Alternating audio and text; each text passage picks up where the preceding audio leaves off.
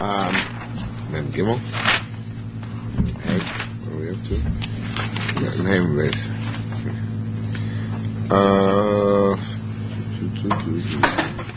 Up to the Mishnah. Oh no, we did pass the Mishnah. I'm sorry.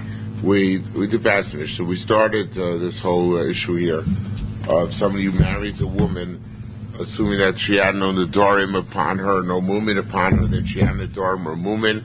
So it's she had vows which we're not aware of, or blemishes which we're not aware of. That's mekachtos. So we're actually 4 lines at the bottom of Mem Hamid base. That's where I go to. Mem Hamid base. Honest engine. 90. No, we did 2 blocks. Oh. Mem Hamid base. Oh, okay. Mastisa Delo, Mastisa the Rabbi Eliezer. Our Mishnah is like Rabbi Eliezer. What does Rabbi Eliezer hold? In Tani we learned. Tani Tamar, we learned over there. Rabbi Eliezer says, interesting thing. Lo asru zeh ela mipnei zeh. They only a man who is issued there in Masechta Gittin. A man is married to a woman. He divorces her because she took certain vows. So she's not allowed ever to take her back again. And we tell him that you're not allowed ever to take her back because we're afraid if we give him the possibility of taking her back, he's going to say, even after she marries somebody else, well, had I known I could take her back, I would have taken her. I'd never have divorced her. Had I known this, that her vows were not permanent, that she could be matir her vows, then I would never have divorced her in the first place, and that will cause people to cast aspersions on her second marriage and say she wasn't really married the second time because she was still married to the first guy. And therefore, in order to avoid that type of a potential problem, we say you can never take her back again. Now, the case is specifically the lawsuit. They forbade a person to take back his wife who divorced. He divorced because she had a nether. In a case where the nether was one which would have been permitted only if a chacham was matir, el minezeh, because of nedarim, where the husband himself can be made from the nedarim. Now, obviously, in the case of the Baal himself, he made from the nether, and he didn't. So later on, if he might come and say, well, if I'd known I could be made for her, I could annul her vow.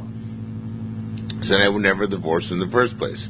So before he divorces her, we say, make no mistake. If you divorce your wife now because of the vow, you can never ever take her back again. Okay? You have the right to annul her vow. If you don't annul, or you had the right within 24 hours after hearing it. If you don't annul her vow, you can never take her back again. And even in that where he would have to make, a chacham would have to be matir. He himself couldn't be made for it because it's not type of netter which he could actually. Did it say what type of netter? The type of netter he can annul the ones which have to do with their relationship. Type of netter which he can annul, or the ones he doesn't have to do with their relationship. So even if it's type of netter which he can't annul, but a chacham can annul, so Chazal said also he can't take her back again. Now, l'chayra, what difference does it make if he can annul it or a chacham can annul it? Falnassus, he might say that, well, had I known I could have it annulled either by myself or by a chacham, I would not have divorced her. So the Gemara holds that Rabbi Eliezer says that ein adam rotze shetizbaze ishto bebeis. A person does not want his wife to be embarrassed by going to court. Eliezer says really he would never say that, well, had I known my wife could be have her vows annulled, I would not have divorced her, because nobody wants their wife to go to court. It's degrading for them. So why did they not let him take back his wife? If the type of netter she made was the type of netter which she could have gotten annulled in court, obviously that netter, he could not say that had he known about it, he would have wanted to keep her because he would not have wanted her to go to court. So it says the Gemara, it's a low plug. They didn't draw any distinction. So say anytime divorce you are because of another, you can't take her back. So to me, it's lost through Zeh. They forbade him to take her back in a case where it was a case where only a court could be matir. And of course, he wouldn't want his wife to go to court anyway. The only they said because then he would say all sorts of bad things in a case where he himself was the one who might have been annulling it. My time Reb Lezer, and that's Gemara is about to explain. My time Lezer was the logical Lezer. B'din haya, logic would have dictated that neder shutzar chakiras chacham, a neder which can only be annulled by the analysis of a Talmud Chacham, Yachzir, he should be able to take her back, right? Because he doesn't want her to have to go to court. Nevertheless, why are they forbidden to take her back? Top of Membamra, because Nedarim should not require courts. So, our Mishnah is going like Rabbi Lezer. Actually, our Brisa, which we talked about yesterday, I'm sorry. The Brisa is going to Brisa because the Brisa said that a person does not want his wife to have to go to court in order to be maternetta. That's degrading to a husband. Okay? Period. Is Tani. Now, going back to our Mishnah. Our Mishnah, some say that she's allowed to get married. Oh, no. In the Brisa, I'm sorry. Is Tani, those who learned that mutar sinaseh below get. She can get remarried with a woman who was married on the condition that she had no nedarim upon herself. Her husband married on the condition that she had no nedarim. And then it was found that she had oaths upon herself. Okay? Now, in that case, there's some who say, Is Tani, assuming naseh below get. Mutar sinaseh below get. She get married without a get. In other words, the kedusha is null and void. Is Tani, those who are suing us to blow get. She can't get married without a get. She needs to, in order to get out of the first marriage, she still needs a divorce. Have a boy, maybe they want to say, Man the man mutar sinaseh below get. He holds she can get remarried without even a get. Rabbi Lezer, because Rabbi Lezer is the one who said, a person doesn't want his wife to go to court, so that's degrading for him. So therefore, since that's the case, he holds that a person would never want to be married to a wife who'd have to go to court. So therefore, the marriage is null and void, even without the benefit of a get. The person who holds that she can't get remarried unless she gets a get, that must be Rabbanan, right? And because Rabbanan hold that a person doesn't mind if his wife goes and gets degraded and based in. So ever since he doesn't mind, so therefore the marriage is not totally undermined by the existence of vows, and therefore in order to cancel the marriage and to end the marriage, it's not, you can't just annul, you can't say it's annulled, you have to actually have a get. Says the Gemara, no, kul Rabbanan. The entire price is Rabbanan. Madamar muteres inasi blow get. The opinion which holds that she can get remarried without a get, Shemitoch Shildas, since she knew, that if she goes to a sage, Vumati loas nidra, he will be mati the nether, he ain't all lechas, and she doesn't go to the Chacham, either before or after she gets divorced, Muteres inaseh below get. She's allowed to get married without a get because it's in her hands to continue to maintain the mekachtos aspect of the original marriage by never going to have that neder ever annulled. And since the neder is never annulled, so therefore the husband who didn't want her with any of the dorim is continuously, so to speak, divorced from her, because she obviously never wanted a woman who's going to have Nedarim and not go to a Chach and be matirit, right? So it says, the person who holds that a wife like that who has Nedarim upon her is now to get married unless she gets a get, is afraid that after that, if she doesn't get a get, someday she might go to a elder, Yatalas Nidra, and he's going to matir her neder, and then it's going to turn out, since Hataras Nedarim undermines the neder retroactively, it's going to turn out also that now is her neder mutter retroactively, whatever marriage she had will devolve upon her retroactively, and into a boy, and whatever children she had from a second husband will become mamzerim, because now she was matir neder, so retroactively her first marriage was directed. That's why Asuli Nasei Blokad. That's why she's going to get married unless she gets a get. Okay, so it's never going to be null and void retroactively. Rav Shimon Lakish says, Masnisa Amara, our Mishnah case, B'Shakitcha al tonight, we married a woman conditionally that she doesn't have any darim, but then you made the nisuin, the chuppah, without any restatement of the condition. Okay? And that's how you learned our Mishnah. That's how he learns our Mishnah. That's how he learns our Mishnah. Avlin Kitcha started that the condition was made, and then the Nisuin was without the condition. The Eretz with Kiddushin, but Nisuin with not. Avlin Kitcha Stam, but if you married her without any preconditions, and then the Nisuin without any preconditions, Yesh lo Ksuva, then she has Ksuva, her marriage is not a right enough for her to lose her Ksuva. Okay? Rabbi Yochanan Amar, Afilu Kitcha Stam, even if he married her without any stipulations. The Kinsa and the Nisuin were there without any stipulations. Stam, right? Ein lo Ksuva, she has no Ksuva. It's an amazing statement. I mean, very chumradik, right?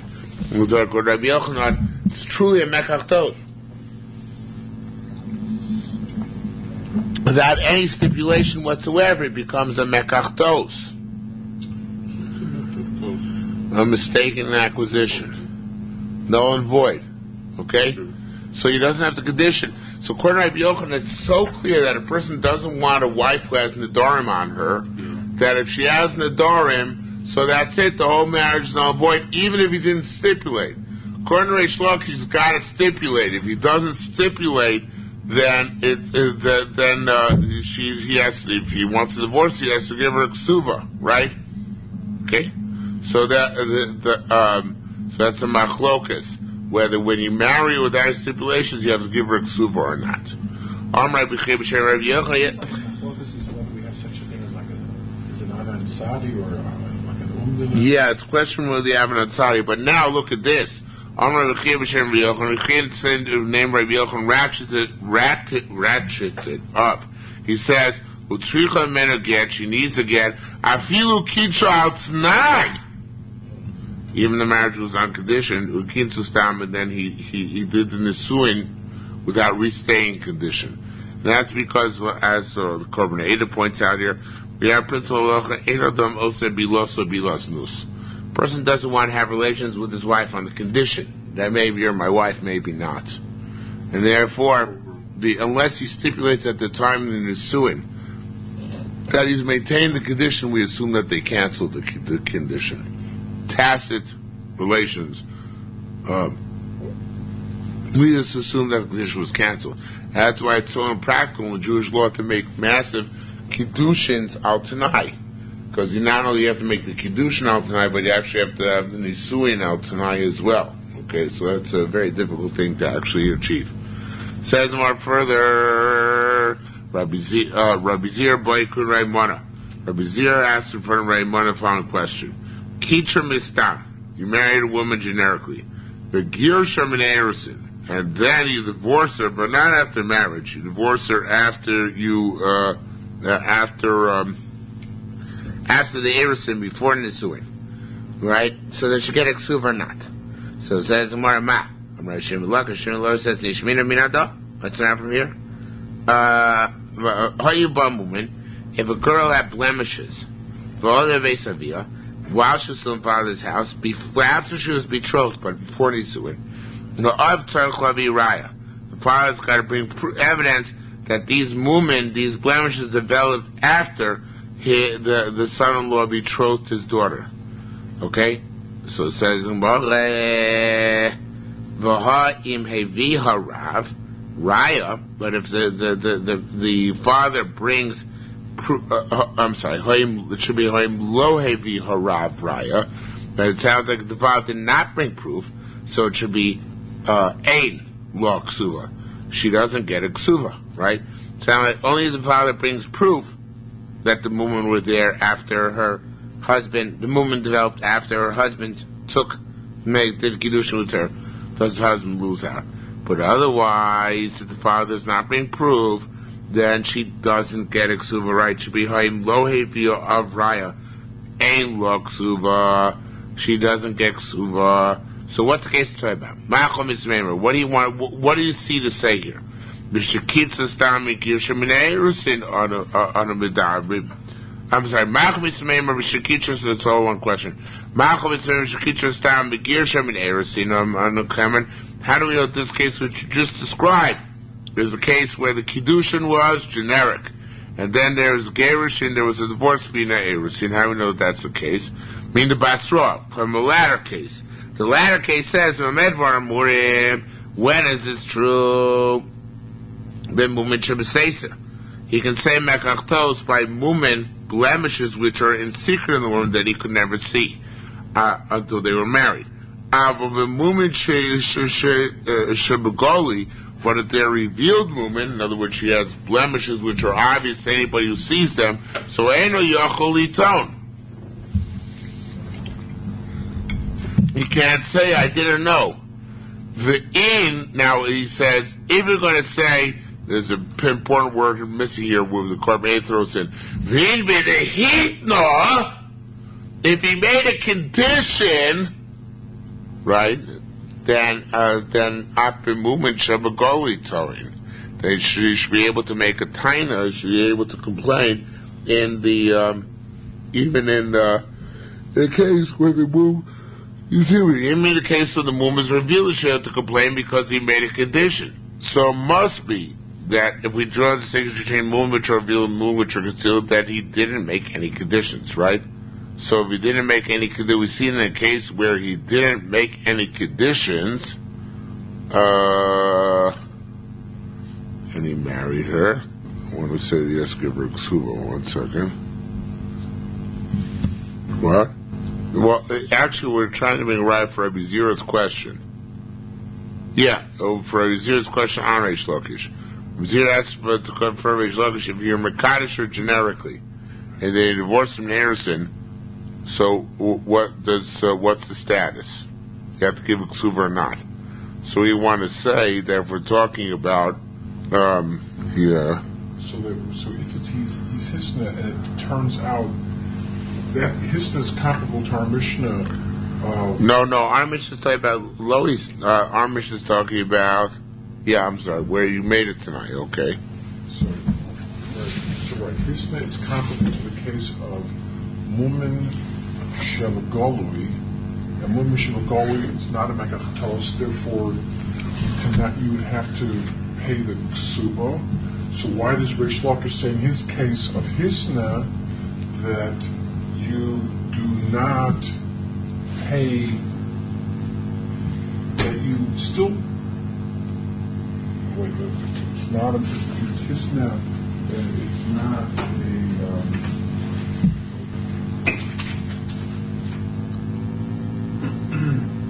Well, look, it's like this. Let's go back a few lines. Nishmina minato. Everybody, you see Nishmina minato? Okay, Nishmina minato. You have Mr. Zuger? Yeah. Hoyiba Mumin. Voda Beisabiyah. She had Mumin when she was still in father's house. Is she Arusa or Nasua at that point? Is she Arusa or Nasua? She's an Arusa, and you find Mumin, right? Hav Tzarech Lavi Raya. The father's got to bring proof. Haim Loi Via Rav Raya. Again, read like Korban. If the father didn't bring a Raya, Ein Lo Ksuva. Not Yesh Lo Ksuva. Ein Lo Ksuva. The father didn't bring proof. So she doesn't have a ksuva. Now, according to Reish Lakish, right?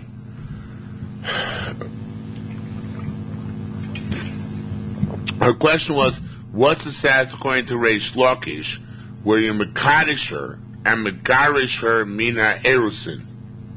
Right? So what do we see here? If you're megarish or megarish mina erusin, so you give the benefit of doubt to the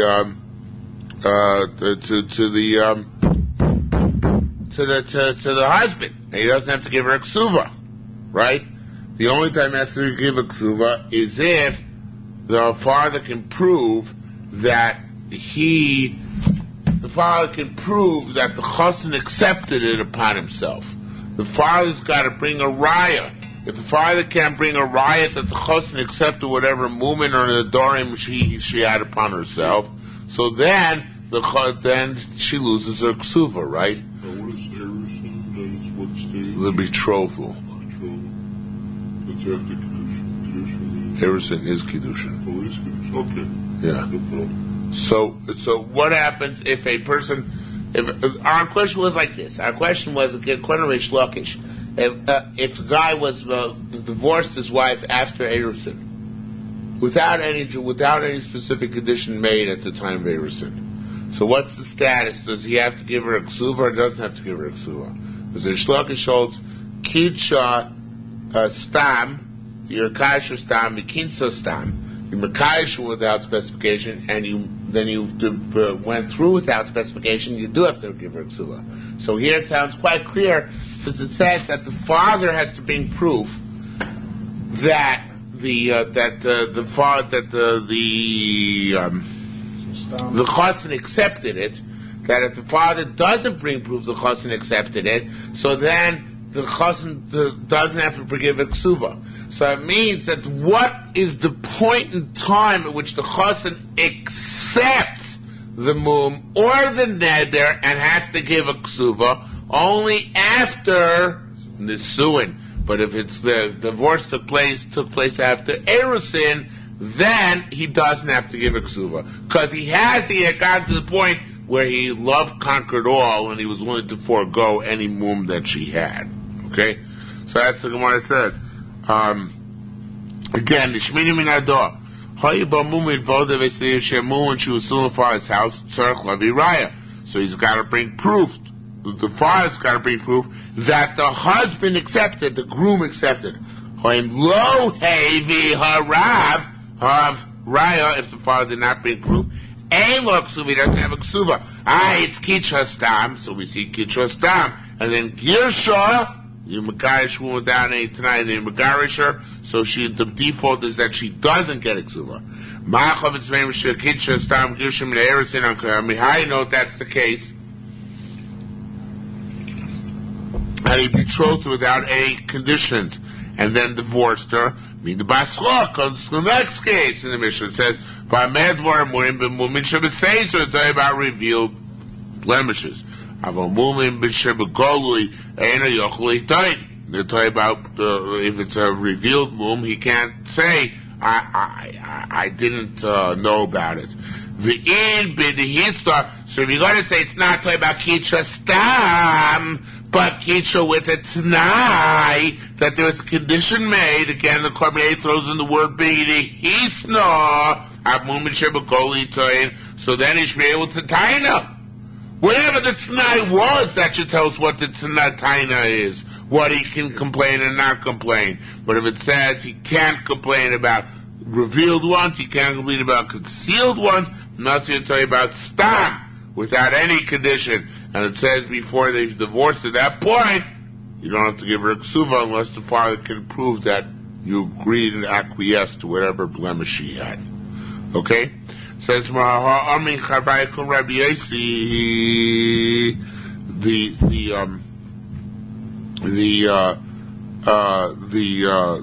chevra, the society said in Rabbi Yossi, and Bar the Basra say the next case with a pliro shemilakish and then argo shemilakish. What's the next case?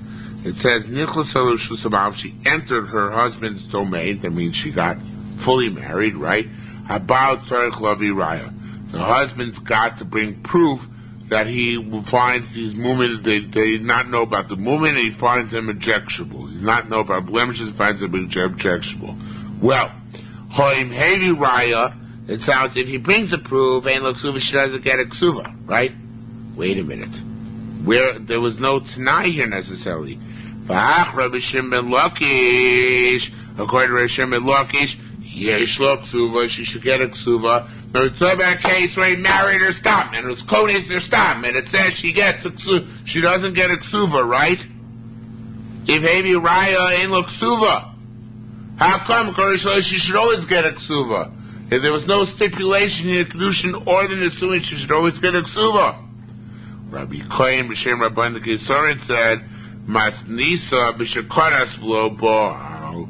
This Mishnah which says that he has to give a ksuva,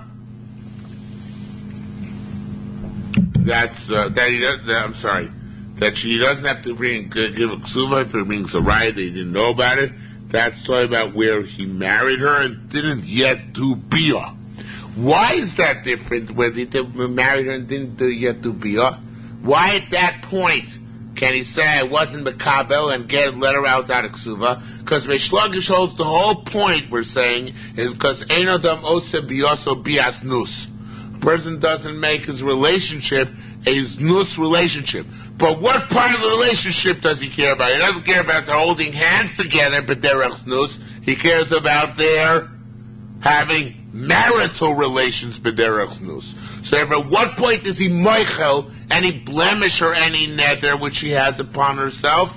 Only at the point of after marital relations. So that which it says that even Kitsa Stam, he married her without condition, and then took her as betrothed without condition, and married her without condition, and then found a nether or a mum. If he can bring a raya that he was unaware of it, that he doesn't have to pay the ksuva, says Reish Lakish that's only before biyah. But after biyah, we say at the point he had biyah with her, he must have been moichel all his conditions, unless he specified that. And that's why there's a famous case, not so famous, but quite obscure, as a matter of fact. But there's a case in the Aruch HaShulchan where he says, gives a description of how, if you want to make a conditional marriage, how to make a conditional marriage. You have to make a condition at the time of Kiddushin. You have to make the condition at the time of Nisuin. And you have to call witnesses to stand outside your room as you're about to do the biyah and say, even though normally I'm having biyah with my wife tonight, consummating my marriage on the condition which I specified earlier today again. Otherwise, according to Reish Lakish, the moment he has relations with his wife, it cancels all conditions. Okay? So, according to Rabbi Yochanan, all conditions are canceled. According to Rabbi Yochanan, even if he married her generically, and he married her generically and took her in the Nisuin generically, she doesn't get a ksuva. The ksuva is she doesn't get, because we know that Nidorim and Murim are very abhorrent to people. However, according to Reish Lakish, it's only even made the condition at every step along the way. Okay? Only made a condition every step along the way. Do I say he finds it so abhorrent? Otherwise, I'd say that when he has relations, he'd rather have the marriage intact, and despite the nether and moon problem. Okay? Says the Gemara, my damar Rabbi Shimon ben Lakish, B'shakonas Masih. Okay, Rabbi four lines about Rabbi Kohen B'shem Rabbanan the Kesarim said, Masih B'shakonas v'lo bo'al. Our mission is where you can get out of the ksubas where you did kiddushin and not yet biyah, kiddushin and nisuin and not yet biyah. It should be my damar. Shimon Lakish outside Shimon Lakish said, B'shakonas u'boal. On the Yom Yisatza Bilud, he was saying that where the biyah already takes place, then at the point he did biyah with her, he relinquished all claims against her, and therefore, if he wants it, then afterwards to say mekachtos or divorce her, he has to pay the full ksuva. Okay, is that clear?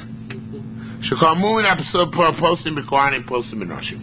Okay, we said in our Mishnah all the mumin, all blemishes which make kohanim possible, make women possible as well. And the mu'in which make Kohanim also numerate himself with Choros. Osivim and be so they said by women there are other ones which are not by Kohanim. Reach hapeh, bad breath. Reach hazeh, body odor, literally her sweat smells. Shuma she'en bo se'er, a wart, even if it has no hair. It has hair, it's even worse, right? Rabbi Yami bar Ukvashera Yisrael said, pour upon him Shana, it's only in her face. Says more, wait a minute. When can you claim foul? Only when it was a hidden moon. But if it's a revealed moon, he can't complain. Right? This obviously he noticed this. Right? It's on her face. Tipater he the metamla tachas kamasei the roshah. No, we'll say it's a case where she hid that wart under her tichel, under her kerchief. So that's why he didn't notice it. Okay? Tani, we learned Shuma Sheshlo, say a wart which has got hair, being Gdoila, being Ktano, whether it's big, whether it's small. Whether it's in the face or on the body. Harei zemum, it's a mum. She'enbo say if it's a wart without hair, depends. Biponim, if it's on the face, mum. Baguf, if it's on the body, ain't a mum. Ba'medvar, when it's true biktano, if it's a small wart. Very big detail. Everything you always want to know about warts, but are afraid to ask. Have a big deal, but if it's a big wart, bein beguf, bein biponim, whether it's on the body or on the face, I raise a mum. It's going to be mum. Hakamukdo, what's considered to be large, Rabbi Shimon Gamliel Aki Isar Italki, if it's larger than Isar Italki, up to the size of an Isar Italki, whatever size it is. Rabbi Lezer Chinamar Kigon Hadain Dinora Kurdnaya. This is like the size of this Kurdian coin. Now it says here Seara B'Chatzi Zov. It's a type which would be Sear. What's the amount of hair in the wart which makes it, or even worse, koshu, no matter how little hair it is? Rabbi Tiva, Rabbi Yen, Rabbi Yemi Shoyel. This is an amazing question. Mr. Zuger's question is very relevant for you. You ready? Yeah. You'll like this Gemara. Rabbi Yen, Rabbi Yemi Shoyel, Isha Karachas, a woman who's bald. The Shita shall say our makefes melzoza, but she's got hair going from ear to ear, around the back. Okay, sound familiar? Me. You, yes. Don't worry, wait till look what's happening. This is good Gemara. So makefes melzoza, what's her status? Is that a mum or not?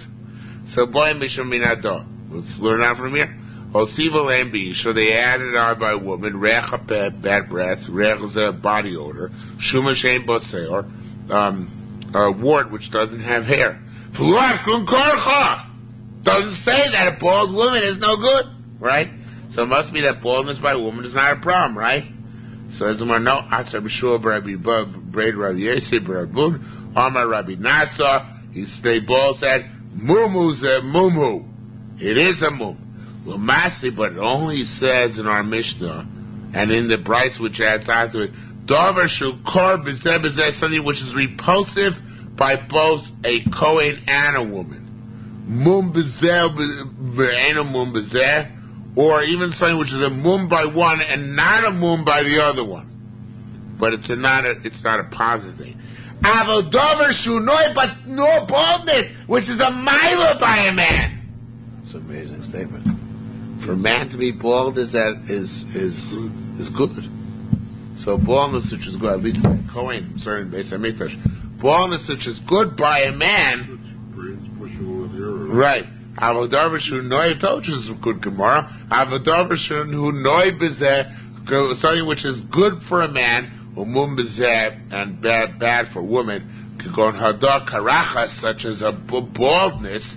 Avagav dumum, even though by woman it's a mum, lo to nisa, we didn't mention it. There's only mentioned things that are either neutral or negative by men as well. But something which is positive by men, because bald is beautiful, that we don't mention here. Okay? I'm not sure that bald is beautiful. There's a similar Medrash Rabbah. No. No, I know. But the mayor is cited somewhere in Medrash Rabbah, and I forgot exactly where he says that the sign of wisdom is a man who has gray hair versus black hair. Yeah. So I think the shot in that one is that it's a sign that gray hair is a sign of age. So sign of age is something graceful for a person. Same thing, baldness is a sign of age, therefore something graceful. But I think that's really what it really has to do with passage of years and the wisdom accumulated. You think so? Yeah. Or you just say that because your hairline is not receding? No. It's. I think that. I think that's really what's going on. Most of these things can be fixed. What can be fixed? Baldness? No, the other stuff. Bad breath. Yeah, nowadays, but then it couldn't be fixed. Those things, you could have a stomach ailment. Yeah. Says Nora. Even words can be removed. It says more Hare Zokon. And I'll give you proof. I'm sorry, I skipped a few words. Taylor Choshukain shows this true Hare Zokon. What about her beard? Hare Noibish. It's good for a man. Looks good. Umum Beisha. It's not so good for a woman. The low Taninan, it's not mentioned here, unless you're going for Barnum and Bailey Circus. The low Taninan, yes, her Leish, Alain Beisha of Zokon. Doesn't mention that a woman is more than a man in a beard. That her beard is brought by her. And the other way, Hare Dodim, having extended breasts. Hare Gnoi Beisha, it's nice for a woman. Umum Beish, but it's bad for a man. Doesn't mention that a man has an additional moon by his breast. So Naven, now the that's the end of that discussion. So we say they're not all differences in movement are enumerated. Now it says more new thing. I want to read you the way the Gillian Ephraim changes the Girsa here, which is on the bottom. You could even it's not on the bottom here. It's in the back. But let me read it to you anyway. It says here in the Gillian Ephraim, Tani instead of Masnisen should say Tani. Bemumin shedarkon livoled. This our mission is talking about movement which are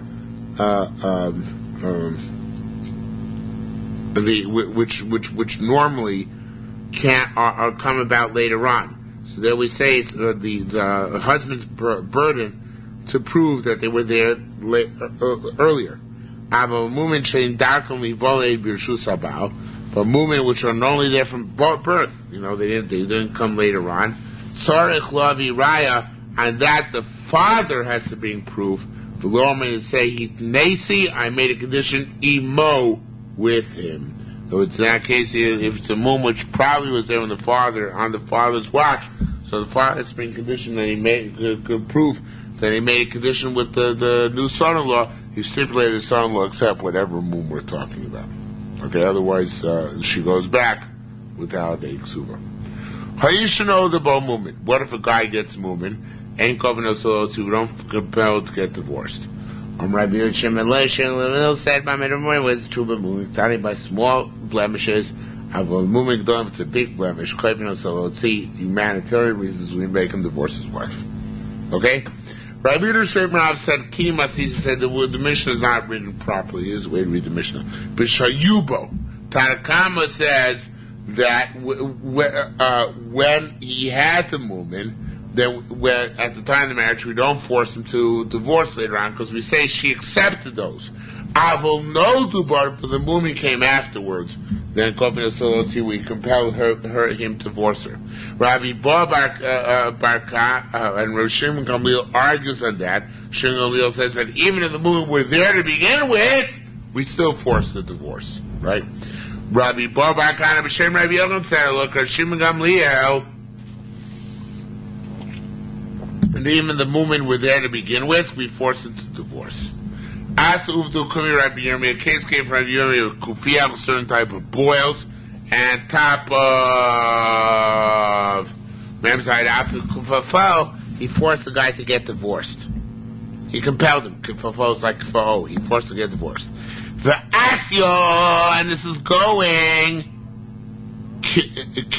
according to it should be the big typo here. It should be kirabanon b'shel nodu. Like Rabban, it's only if the mumin came later on that we compel divorce. But if the mumin were there at the time of the marriage, then we assume that she accepted. And this statement that the Rabbi Yirmiyah compelled the divorce, according to Shimon Gamliel, can even going. Again, here we have to change the gears again. Bo, even when they were there already, why? Because Shimon Gamliel holds that even the mumin there at the time of the marriage, you can still compel a divorce. Rabbi Zera said, Asin Rishon Gamliel Rabbi Meir. Rabbi Zera threw out a cryptic statement. He says, Rabbi Rishon Gamliel holds like Rabbi Meir. Hey, Dane, Rabbi Meir. Which Rabbi Meir does he hold like? Birkat Maya, he hold like Rabbi Meir back in Halacha Zayin, Amem Hayim Beis, or Be'achraya like Rabbi Meir in Halacha Tes, which is coming up, Amem Zayin Manalf. What are the two cases? In Birkat Maya, it's like Rabbi Meir in the first case, so Achi Yasne. This is it's until a condition is made. Now, Rabbi Meir, before that Mem Zayin Ralph holds that even by big movement, even by major warts with lots and lots of ugly hairs, we say that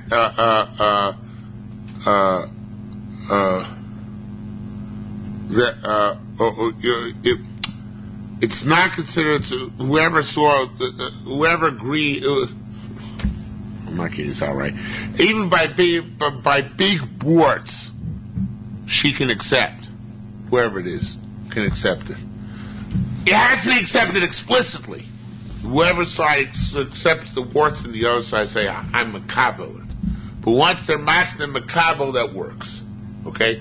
Rabbi Meir in the next Mishnah seems to indicate there's a certain moment where even if she said she accepts, or he said he accepts, later on they can renege on the deal. They say, I thought I could accept it, but I couldn't accept it anymore. It's like the case he had Nebuch the other day, just read about in the New York Times about a major chief executive on the East Coast who worked in with his wife to his hospital and abandoned their kid because, they all these years they were big advocates for the disabled and they really thought they could take him, but now they can't take him anymore. So that's like Rabbi Meir says in the next Mishnah, right? They can say, I thought I could be Makabel, but now I can't be Makabel anymore. So which is Rabbi Rishon Gamliel hold? Rishon Gamliel holds a Kuch Meir. Hey, Rabbi Meir, Kadmayer Charaya. In the Kadmayer, if it's like the first Rabbi Meir, Achi Yasne, so they can only back down until there's an agreement. But once there's an agreement, they can't back down anymore. In Bachraya, even if it's like the Rabbi Meir, the next Mishnah, I feel he's not, even if they made what seems to be a condition to accept each other's blemishes, lo klum, they can always renege on the deal. Now it says the Gemara, it should actually be ma salkas mas nisin. How does the Mishnah end? Kashin Gamliel, right? It says Rishon Gamliel, Rishon Gamliel by Medvar etc. That's how Mishnah ends. What about the juxtaposition between Halacha Ches, the previous Mishnah, and Halacha Tes, the next Mishnah? Right? Do we say, and therefore, Elu Hein Kovino So Lootzi, the next Mishnah, which says these are the ones who are required to divorce, is not like Rabbanon, like Rishon Gamliel. But the Rishon Gamliel says, even if they were there at the time of marriage, she can compel a divorce, right? Rabbanon say only became afterwards can she compel a divorce. The next Mishnah, is that give me examples of movement which work according to Gamliel or according to Rabbanan? So it says the Gemara Shmina Minadol, so now from here. So it says the Gemara Kigon, such as Suma Bachas made a blind in one eye, Kitab Bachas be of amputee in one hand, Chir Bachas lame in one foot, Miyad Yoitzi V'Yiteng Suva. Immediately that's the divorce. Now these are much smaller movement than the ones that our Halacha Tes we're about to have. So Adam Maraz teaches us Slika Salkas Masi, so the last Mishnah is going to Gamliel. But Elaine Shekayvin Saloti, but the next Mishnah brings much larger movement where we require a divorce. That's Karabanon, not Rishon Gamliel. Rishon Gamliel, when he said she can even cut him off on the basis of movement, which are that time marriage, is going to have much smaller movement than the ones Rabbanan are going to enumerate, such as amputees and one blindness, one eye, and so on and so forth. Because look at the ones we require to actually get divorced in Halacha Tes. That's going like Rabbanan, who are less laissez-faire. They're only compel divorce if the moon develops afterwards, and also they only require to compel divorce if it's a more severe movement. Why are these more severe movement? People are afflicted with leprosy. People who have stinking noses. It's people, I'll tell you what the Gemara says about it. People who gather dog dung. People who are jewelers in copper. Vabursi, and tanners. These guys stink. Ben Shayu Achelonisu, whether they were in this profession before the marriage, Ben Shanusum in the Nosu, Ben Mishanosu Noldu, or they only had the profession after they got married. She can still compel divorce. Meir said, even though they made a condition, and he said, my dear, I'm a tanner, and she said, I love you even though you're a tanner. Later on, when love diminishes, she can demand a divorce, right? Romance, schmomance. So, she can say, I thought I could take it, but I can't stand no more. Says, not true, she has to stick it out. Except for the leper. The nation because he drops limbs all over the place, obviously it's very uncomfortable. However, the story in Sidon, where one tanner died, and there was a Yavam, a brother was also a Bursi, a tanner. She could say, your brother I could accept, even though he smelled bad. But you I can't accept because you're a stinker. And therefore, he has to divorce, he has to do chalitza. Somebody collects dog dung. Some say that it's a tanner. That a mekamitz is a tanner. Amar says that masnitzu amar kain zeh mekamitz tzor. Our Mishnah indicates that a mekamitz, somebody collects excrement, because we have a bursi as a separate category. Then you have a mekamitz ve'a bursi. It's two separate things. Somebody who's a jeweler in copper. Shmu Amar, what's that copper jeweler? Meiti l'choshes meikor, somebody who smells down copper in the mines. He smells really, really bad. I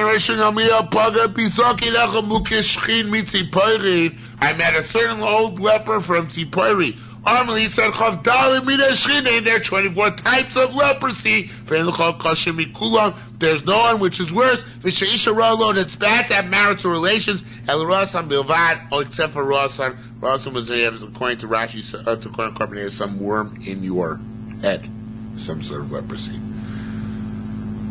Rabbi Yonasan said, Rabbi Shmuel b'Shem Rabbi Yonasan, Shem Menachem, Rabbi Yonasan said, Ubal look a paro harasha. That's a paro guy when he took Sarah.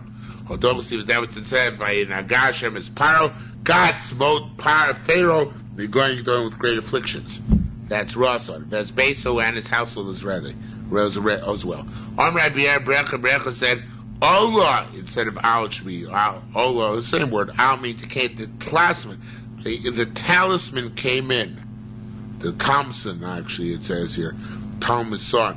I think it's like a talisman. In other words, he made himself like an avodah zarah. I think that's where the talisman is. The Karmei gives a slightly different shot. But anyway, the talisman, that Spara came in the Maga to touch. And it should be not Besamach, but Besano. The shoe, the matrona of our foremother of Sarah. And poof, he got smitten down really bad. Period. Our boss, and once we're on topic of Agadato, finished the Agato. Our boss that Simine as a Rosimine, there are 24 types of cedar trees. Only 7 enumerated in Tanakh itself. Feel bad. Although this is how it's saying, Eto, we're going to put in the desert. Ere, Shita, Vahata, Sveit Shemen, Ish Asim Barova, Babrosh, Tidor, Vashuri Achtov. What's a brosh? A brosh is a barso, Tidor is an adra, Vitsashu Piske. Don't ask me what these things are. They're all different types of trees which can be called generically, I forgot what, arozim. Okay? Chazal, Sifalim, they added to what are called arozim. Alonim, armogim, almonims are walnuts and pecans and stuff like that. Alonim, botlim, armonim, chduve, almogim, and aluyim, aloe vera. These are all types of things where there's, they're considered to be part and parcel of cedars. Okay, new parak, paraches, halacha aleph. Chayshish navel on a chasim. A woman to whom property fell actually these eyes before she became betrothed. Bori Beisham Beisil agree. She mocheres when no sentence comes. She buys and sells. It's fine. Nofla mishani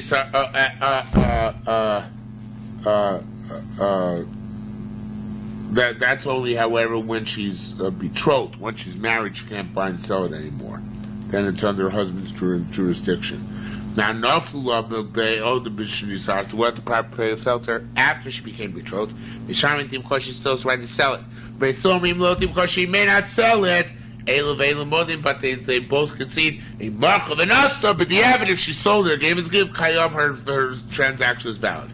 Rabbi said, we don't understand. Once he married the woman, he bought her by Erosin. You shouldn't marry the property, you shouldn't get the property as well. He said, we're embarrassed that Chazal did not give the women even the property after Nisuin. In other words, we're embarrassed that we did not have far-reaching social legislation to give the women equality, that they have equal jurisdiction over their property after Nisuin. We're embarrassed about that. You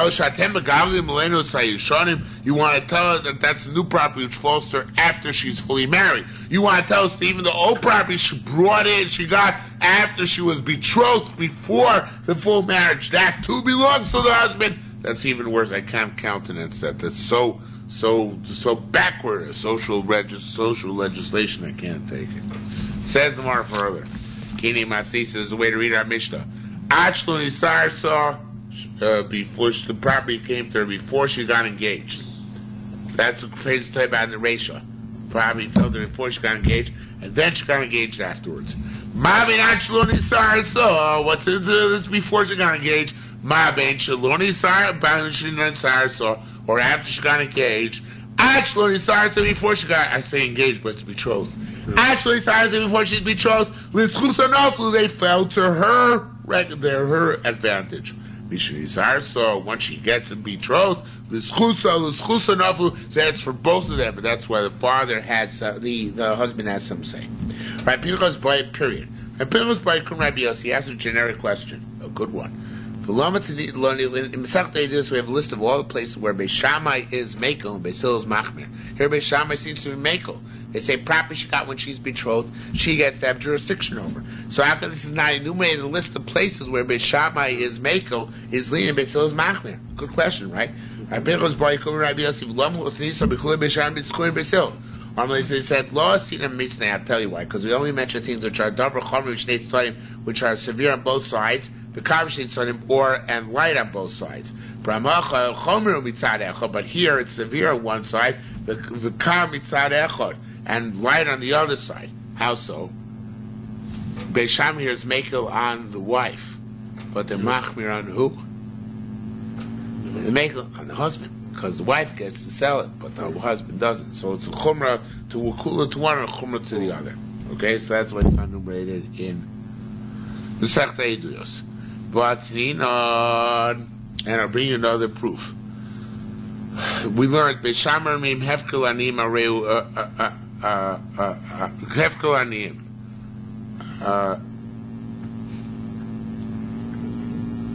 Hefkel. Yeah, I'm not sure to read the next line.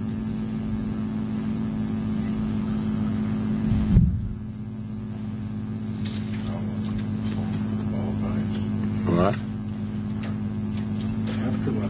Person who's so you have to only for poor people. Right. So it's already. Oh no, that's the answer already. Okay, it's short.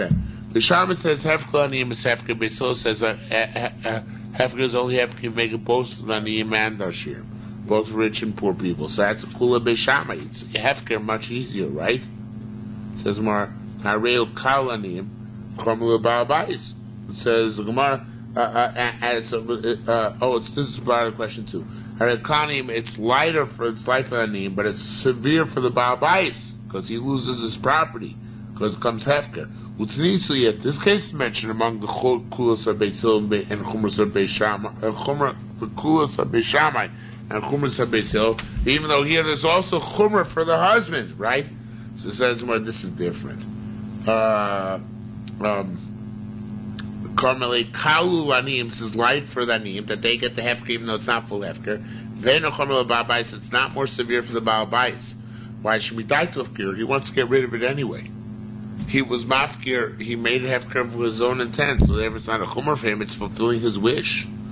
Okay, That's one case which is not a kasha. What about the next case? Amalei Vatin, then we learn Hoimer Shu Samach Let Gafel Kaddish.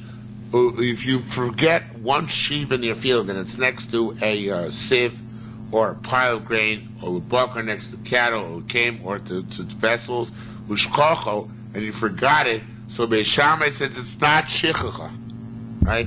Beis Hillel says it is shichacha.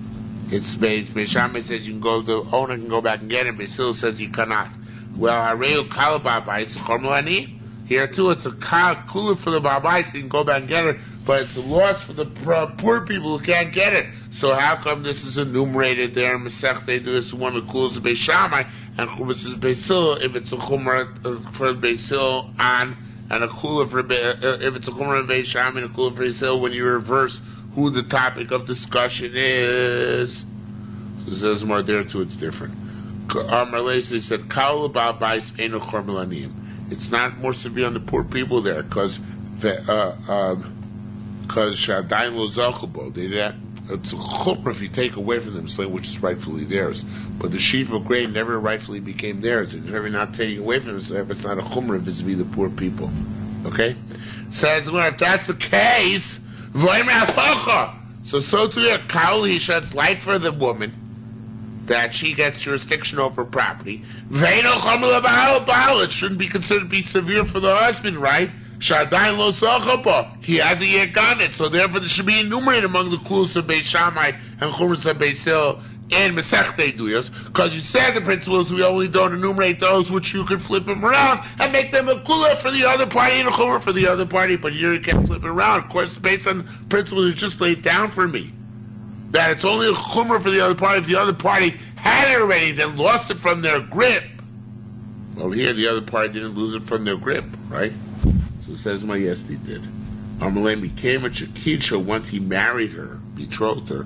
L'schusa naflu, theoretically it should be considered to be the merit of both of them.